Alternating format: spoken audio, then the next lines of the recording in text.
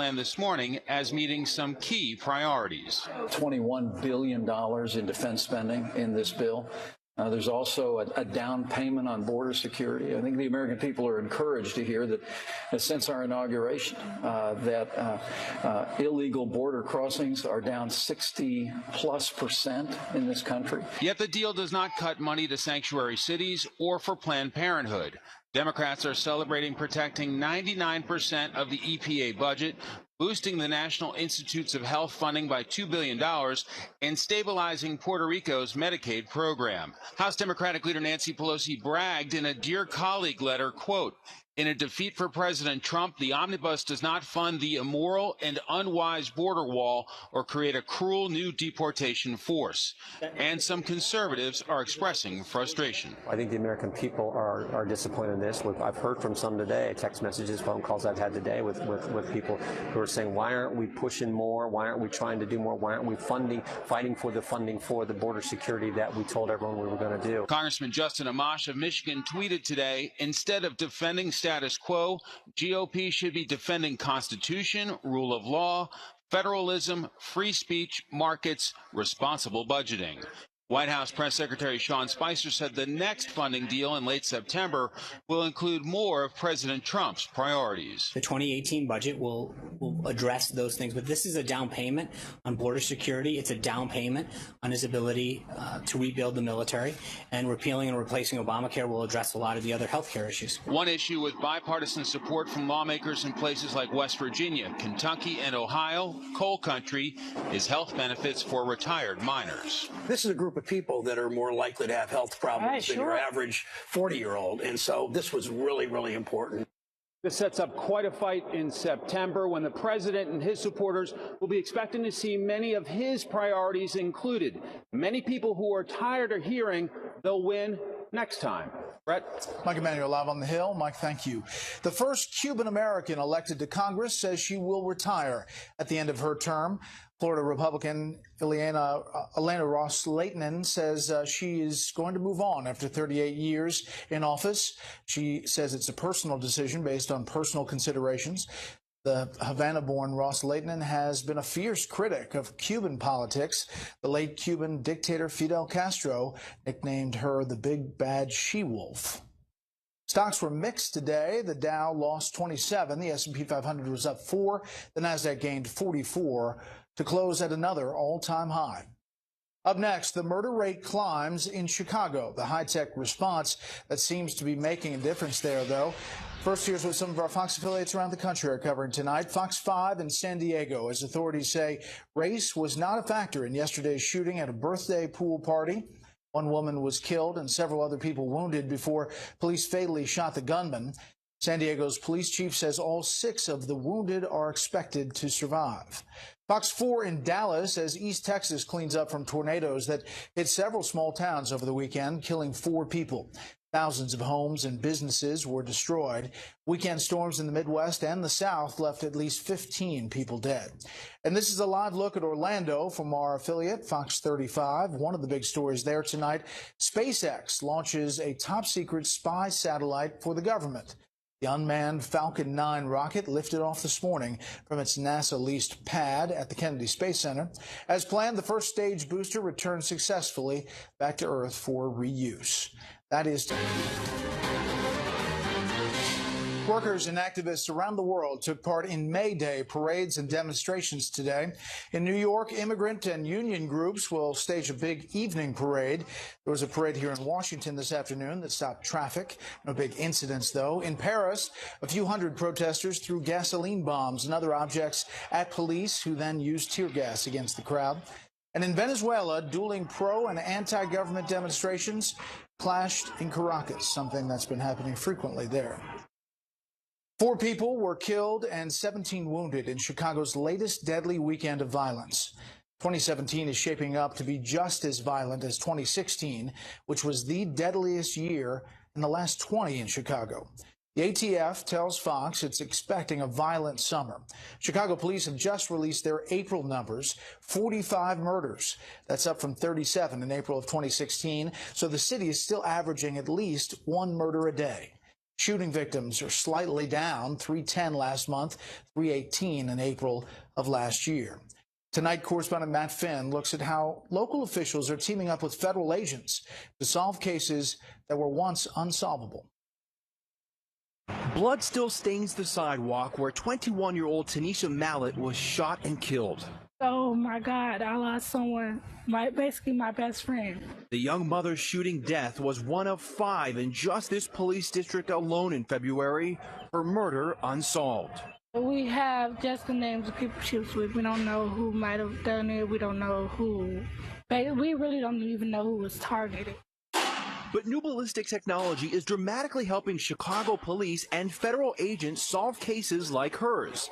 It's called NIBIN. During the 2000s, police and federal agents nationwide began to enter detailed information from every gun and bullet found at crime scenes into the NIBIN database. Then in 2014, Chicago police started to place a big emphasis on connecting all the dots. Now investigators have a catalog of valuable data for tens of thousands of guns on the streets and those recovered. Minus this technology, we would never be able to connect those dots. It wouldn't virtually be impossible to have those connections. A connection was made in the murder of the young mother. Police recently confiscated a 9mm Glock from a suspect. The ballistic database shows it was used in a February murder and in the same district where Mallett was killed. It was also used in another homicide in March of 2016 and in 4 other shootings across Chicago. So because of the NIBIN database, the suspect who had the gun now has a lot of questions to answer, including whether he pulled the trigger, killing 2 people, including Mallett. But until it happens to you, that you don't know that pain. That gun found potentially linked to the young mother's murder is part of an active investigation, so police cannot give a lot of details. ATF officials say here in Chicago alone, this technology has helped them build dozens of gun cases pending in court right now. Bret? As Matt Finn in Chicago. Matt, thank you. Breaking news tonight out of Dallas. Police say a shooting that critically wounded a paramedic started as a dispute between 2 neighbors today. The suspect gunman was found dead in a Dallas home as officers searched the neighborhood following the paramedics shooting. A second body was found in the home, though no details have been released about that person. Meantime, the state of Texas is about to get tougher on sanctuary cities. Correspondent Doug McKelway tells us law enforcement officials could find themselves on the other side of prison bars. Tensions over Texas's SB 4, the toughest anti-sanctuary bill in the country, erupted at the governor's office today. Protesters staged a sit-in over the bill that would allow Texas law enforcement to question anyone's immigration status, even during a simple traffic stop. It would also allow any police chief, sheriff, or mayor who failed to follow federal immigration law to be fined and even jailed. It can expose them to very high fines, about $25,000 per day. It can expose them to jail time for any sheriff or any other official who adopts a sanctuary city policy. Those provisions could make for reluctant enforcement of laws that are already on the books. Police chiefs in Dallas, Houston, Austin, Arlington, Fort Worth, and San Antonio oppose the bill, writing in a joint op-ed, quote, "This will lead to distrust of police and less cooperation from members of the community." If you're faced with answering one question from a law enforcement officer that's going to separate you from your children and your family, then you're either going to run or you're going to fight. And Texas is a good place to get a gun pretty cheap. Supporters suggest that argument is disingenuous, citing Department of Homeland Security crime statistics. Just for Texas since 2011 through January of this year, we've arrested over 212,000 criminal aliens. We've charged them with over 566,000 crimes, including 1,143 murders, 6,000 sexual assaults, 67,000 drug offenses, 67,000 burglaries, over 500 kidnappings. Legislators debated the bill all night last week. Emotions overflowed in and outside the chambers, with opponents accusing supporters of backing a racist, quote, "show me your papers" bill. I saw mothers trembling. If you have succeeded in anything, Members, you have succeeded in terrifying an entire community. Not so, say proponents who maintain they have broad support from Hispanics who also believe in law and order. When Greg Abbott and I ran for governor and lieutenant governor back in 2014, we ran on separate tickets. We both received nearly 50% of the Hispanic vote, and you don't hear that anywhere. The final bill will likely be passed and signed by the governor by the end of this week. It takes effect in September, but will surely be challenged in court. Brett? Doug, thank you. 2.5 years after then-President Obama hailed the end of U.S. combat operations in Afghanistan, the fight against the Taliban and al-Qaeda there seems far from over. National security correspondent Jennifer Griffin has the latest information tonight from the Pentagon. Good evening, Jennifer. There's this new report on just how bad things may be in Afghanistan right now. What are the lowlights, if you will? That's right, Bret. The Special Inspector General for Afghan Reconstruction issued his quarterly report, and it states in no uncertain terms that casualty rates in Afghanistan are, quote, shockingly high. In the first 6 weeks of 2017, 807 Afghan soldiers were killed by the Taliban. That doesn't include a recent incident that left 140 Afghan soldiers dead in a single attack. 11,000 civilians were killed by the Taliban last year, according to the UN. Quote, a dangerous and stubborn insurgency controls or exerts influence over areas holding about 1/3 of the Afghan population. Heavy casualties and capability gaps limit the effectiveness of Afghan soldiers and police. Opium production stands near record levels. We're under no illusions about the challenges associated with this mission. 2017 is going to be another tough year. Defense Secretary Mattis is weighing a request by commanders on the ground for several thousand more U.S. troops for Afghanistan. U.S. Marines returned to Helmand Province earlier this year, and the 82nd Airborne is next up to go to Afghanistan. General John Nicholson, the top U.S. commander there, says he needs more troops. The U.S. has spent $117 billion in Afghanistan, Bret, since the war began 16 years ago. The rising tensions between Turkey and the U.S. in Syria. Forces and the Turkish military have been firing across the border at each other in recent days. The tension is so bad that over the weekend, the U.S. military deployed small units of special forces soldiers along the Turkish border, waving American flags and driving armored Stryker vehicles in a show of force to deter the Turkish military from attacking the Kurdish fighters on whom the U.S. is relying to defeat ISIS. The Turks consider the Kurds terrorists. Last week, Turkish warplanes surprised their U.S. ally by killing 20 U.S.-trained Kurdish fighters, angering American commanders in the Pentagon.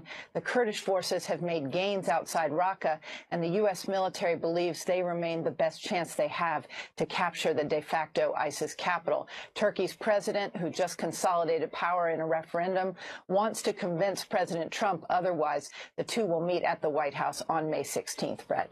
Jennifer Griffin live at the Pentagon. Jennifer, thank you. Now news about this channel. Some changes announced today here at Fox News. Bill Shine has resigned as co-president. Rupert Murdoch, co-executive chairman of the 21st Century Fox, said in a release, quote, this is a significant day for all at Fox News. Bill has played a huge role in building Fox News to its present position as the nation's biggest and most important cable channel in the history of the industry. His contribution to our channel and our country will resonate for many years. Jack Abernathy remains co-president of Fox News and CEO of Fox television stations. Suzanne Scott becomes president in charge of programming. Jay Wallace is the new president of news. These moves follow last year's resignation of former chairman Roger Ailes and last month's departure of Bill O'Reilly, both resulting from sexual harassment allegations. Both men deny those allegations. President Trump says he's open to a gasoline tax, could break up some big banks. 28,000 troops on the line, and they're right there. And so nobody's safe. We're probably not safe over here. If he gets the long-range missiles, we're not safe either. Well, I didn't say don't test him. He's going to have to do what he has to do. But he understands we're not going to be very happy. You say not happy. What does that mean? I would not be happy. If he does a nuclear test, I will not be happy. And I can tell you also, I don't believe that the president of China, who is a very respected man, will be happy either. Not happy mean military action? I don't know. I mean, we'll see. President Trump conducting a host of interviews, different news organizations. Speaking there about North Korea, he did another interview with Bloomberg News, which he said something that raised more eyebrows here in Washington. Yes, under the right circumstances, I would absolutely meet with him. And, no problem. And you're thinking, are you thinking? Now, most political people would never say that, but I'm telling you, under the right circumstances, I would meet with him. Him being the North Korean leader, Kim Jong-un, and he later told Bloomberg, I would be honored to do it. So let's bring in our panel. We'll start there. Charles Lane, opinion writer for The Washington Post, editor-in-chief of LifeZette, Laura Ingraham, and syndicated columnist Charles Krauthammer. Laura, thoughts? Well, you can look at it this way, I guess. We've tried everything else with North Korea. I mean, we've been round and round and round. We allow them to get a little food every now and then. They need a little help from us. They say they're going to play nice. They don't. Really, supposedly, really smart people, experts, have been at this through Republican administrations and Democrat administrations. So while on the surface, you think, well, I'll meet with Kim Jong-un. Like, why would he meet with Kim Jong-un? There might be something else going on. Maybe there's a little psychological gamesmanship that Trump is engaged in. And I think that looks like some bond formed between Trump and President Xi at Mar-a-Lago. I mean, imagine the scene of seeing Kim Jong-un in Mar-a-Lago. I mean, I don't think that will probably happen. But I think he's trying to kind of be a little bit unpredictable here with him and maybe get him off his game a little bit. I don't know if it will work, but I do know this. We're at this point right now because all the smart people, all the elites in the foreign policy establishment have failed, and they failed really badly. Here's Sean Spicer at the White House briefing being asked about that word honored. Oh, that'd be an honor. I guess because he is still the head of state. So it is sort of there's a diplomatic piece to this, but the bottom line is the president's going to do what he has to do right now. He's building a coalition in the region to isolate North Korea, both economically and diplomatically. What do you mean when you call him one smart cookie or a pretty smart cookie? He assumed power at a young age when his father passed away, and there was a lot of potential threats that could have come his way, and he's obviously managed to lead a country forward. Chuck. Well, the president has this remarkable affinity for strongmen overseas. We saw it in some of the things he said about Vladimir Putin during the campaign. As Laura mentioned, he seems to have bonded with Xi Jinping. A real surprise considering the things he said, the hostile things he said about China during the campaign. And now so I see this remark about Kim as just being of a piece with that. He's also invited the Philippines leader. And I was going to get to Mr. Duterte. But what was really interesting in all of this is the extraordinary reliance he's placing on Xi to figure this problem out and to, in effect, fix it on behalf of the United States. And he has even said he's willing to sacrifice a little bit on trade to get that done. I don't have the exact quote here, but that came out in one of these interviews. That's a real change in priority for Donald Trump in terms of his policy toward Asia since the campaign he ran. Charles. Look, I admire any attempt to put a real deep strategic gloss on what Trump said about Un, but this is ridiculous. This is off the cuff. I hadn't thought through. There is no deep strategy here. In fact, the proof is that if this were a calculated proposition, he would never have used the word honored, which obviously is a mistake. You're not honored to meet him. You wouldn't meet him if you thought it would advance things. That's not a serious proposition. In fact, just 2 weeks ago, we had our Secretary of Defense and State saying they wouldn't, at that level, would not open negotiations with the North Koreans. The idea that we're going to have a Nixon in China on this is absurd. The president was popping off. He's got a serious policy in place that is to squeeze the North Koreans, to threaten them. I like the way he says, I won't be happy if you do a nuclear explosion. Didn't explain it and said, but I won't be happy. Let them guess. He's pushing hard on China. I'm not sure that's going to work. But he's letting the North Koreans know that we're not going to allow an ICBM at any point, and that their pursuit of it is going to end in tears, one way or the other. That, I think, is a strong policy. What happened today with that offer to meet with them, I think, is not serious and shouldn't be taken serious. Well, I would only say that, Secretary of State Tillerson said something similar on NPR about a meeting should things change dramatically. So it may not have been off the cuff, as you know. Totally the choice is between thermonuclear war and meeting with UN. I mean, if that's what he's really thinking could be in the offing, who's saying he's not doing it because he thinks it'll actually put America in a better light and a better interest? And I agree. On the surface, it seems like, why would you meet with him? But maybe there's something else going on here. I don't think we know all the pieces to this puzzle yet. All right, let me turn to domestic issues and two quick soundbites also from that Bloomberg interview. One on a potential gas tax. You saw what happened with surveillance, and I think that was inappropriate. But you stand by that claim about him? I don't stand by anything. I just, you can take it the way you want. I think our side's been proven very strongly, and everybody's talking about it. You don't have to ask me. Why not? Because I have my own opinions. You can have your own opinions. But I want to know your opinions. You're the President of the United States. It's enough. Thank you. Okay, that was not the gas tax. That was on surveillance with CBS's John Dickerson. The gas tax says he's open to it. Let's see if we have the big banks. We also talked about possibly breaking up big banks. We are looking at that. There are, some people that want to go back to the old system, right? So we're going to look at that. We're looking at it right now, and as we speak. And Dodd-Frank is going to be very, very seriously changed, so the banks can go back to loaning money. So I asked Bret this earlier. When a candidate says what they're considering, it's one thing. When the president says they're considering, it's a totally different deal. Well, the Glass-Steagall thing, they keep calling 21st century Glass-Steagall, which, as I've followed this issue, kind of means whatever you want it to mean. It means a new banking regulation scheme. They're just going to call it 21st century Glass-Steagall. It won't necessarily separate investment and commercial banks as rigidly as the old one did. So put that one to one side. They have been cogitating about that, and there's a lot of divisions in the White House.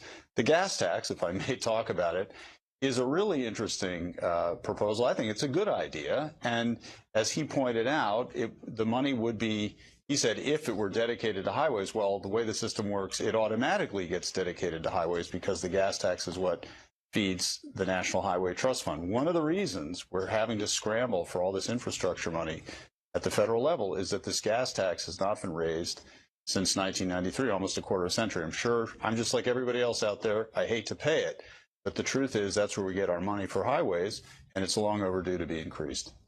I know you're a gas tax proponent. For 35 years. Voice in the wilderness, and now I hear an echo. It's from the president. I think it's terrific. Now, I don't think it's going to go anywhere because there's so much resistance in the Congress, but it's exactly what we need. The French foreign minister said 30 years ago, when talking about the budget deficits and the debt of the United States, said, what a country where you could solve its problems with a 50-cent gas tax. This has been sitting out there forever. And for the people who say that this is regressive and hits the poor more. There is regressive. I've advocated for years now that you do two things at once. You have a huge gas tax, $1 a gallon, and you immediately refund it by lowering the rate of the FICA tax, of the Social Security tax. So it works out to a $14 a week extra expense on gas, and you get it back by a lowering of your withholding. So nobody is held hostage. Nobody has to spend the money on it. Everybody is made whole. And all it does is it alters your incentives. Gas is more expensive. Employment is less expensive. You get more employment, less consumption. And the time to do it is when you're at historically low levels. Now, if you want on energy prices, you mean? On energy prices, we're never going to get this again. You do it now, it'll be less noticed. If you want to use a part of it to build the infrastructure, fine. But it's just lying out there, a source of revenue. Every other country, the Europeans have like $6 a gallon or something, huge gas taxes. We have essentially nothing. And it's out there, it's ready to be used. Not for emulating Europe in almost any capacity, but I mean, I think that Charles is making some good points here. We have to get the revenue somewhere. And it's surprising to a lot of people when you hear Trump talking about we're going to tax. You're conservative, you don't want any taxes. But you do have to pay for it. We have $19 trillion in debt. And I think they have to look at this very carefully, and I think they have to explain it to people because it is going to hurt the working people. For his populist message, That's going to hurt those people, but they have to explain. If they're going to do something like that, which I'm not even sure I'm in favor of, they're going to have to really explain it to the people. Well, if you're not going to touch entitlements, right, got to get it to find the money somewhere. Yep. Next up, we will look at the new budget deal. Who wins? Who loses? I think the big difference is for what we're doing here, Washington. You really need heart because you're talking about a lot of people. Whereas business, you don't need so much heart. Right. You want to make a good deal. If he changes, we could work together. Okay, but he can't just dictate what he wants, not talk to us and say you must support it. Country doesn't work my way or the highway. Either we win or whoever wins understands the priorities of the American people, and they are not with President Bush. Excuse me. I'm so sorry, President Bush. I never thought I'd pray for the day that you were president again. Nancy Pelosi, Chuck Schumer, and the president talking about working together or not. This as bipartisan leadership talking big things about a spending bill. Look, just a couple of bullet points. $1.07 trillion omnibus bill, funds through September 30th, $15 billion boost in defense spending, $1.5 for border security, although doesn't fund specifically wall construction, $103 million to combat opioid abuse, $8 billion in emergency disaster relief funding.